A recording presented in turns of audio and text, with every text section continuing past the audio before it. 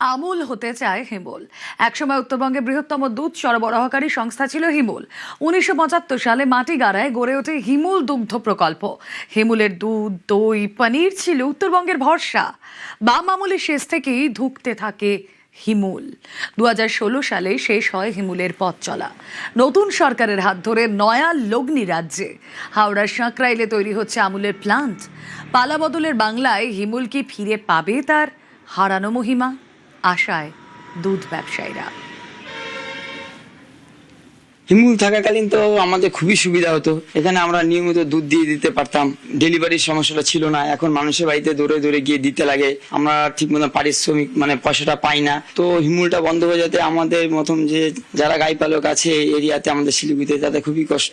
পুনরুদ্ধারের জন্যই আমরা সরকারের কাছে দাবি জানাচ্ছি যে হিমুলটা যেন পুনরুদ্ধার হয়, যাতে আমাদের মতন গরু পালকের সবাই যাতে একটা সুষ্ঠু একটা প্রতিষ্ঠানের মধ্যে দুধ দিয়ে নিজের জীবন জীবিকাটা ঠিক রাখতে পারে।